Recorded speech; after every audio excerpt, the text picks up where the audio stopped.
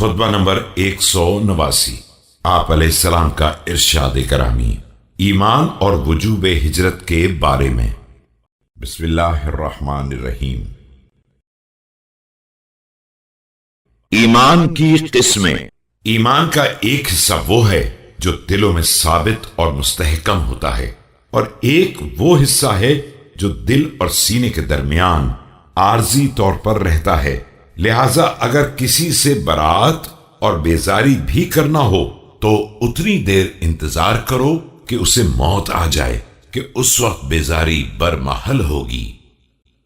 ہجرت کا واجب ہونا۔ ہجرت کا قانون آج بھی وہی ہے جو پہلے تھا۔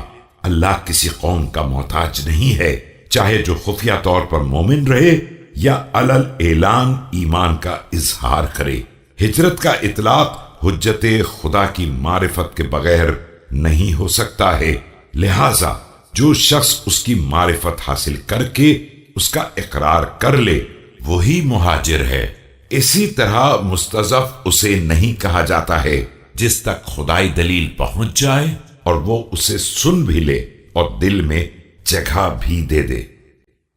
ایمان کی راہ میں درپیش مشکلات۔ ہمارا معاملہ نہایت درجہ سخت اور دشوار گزار ہے۔ اس کا تحمل صرف وہ بندہ مومن کر سکتا ہے جس کے دل کا امتحان ایمان کے لیے لیا جا چکا ہو۔ ہماری باتیں صرف انہی سینوں میں رہ سکتی ہیں جو امانت دار ہوں، اور انہی عقلوں میں سما سکتی ہیں جو ٹھوس اور مستحکم ہوں۔ وصیہ نبی کا علم۔ لوگوں جو چاہو مجھ سے دریافت کر لو، قبل اس کے کہ مجھے نہ پاؤ۔ میں آسمان کے راستوں کو زمین کی راہوں سے بہتر جانتا ہوں۔ مجھ سے دریافت کر لو قبل اس کے کہ وہ فتنہ اپنے پیر اٹھا لے جو اپنے مہار کو بھی پیروں تلے روندنے والا ہے، اور جس سے قوم کی عقلوں کے زوال کا اندیشہ ہے۔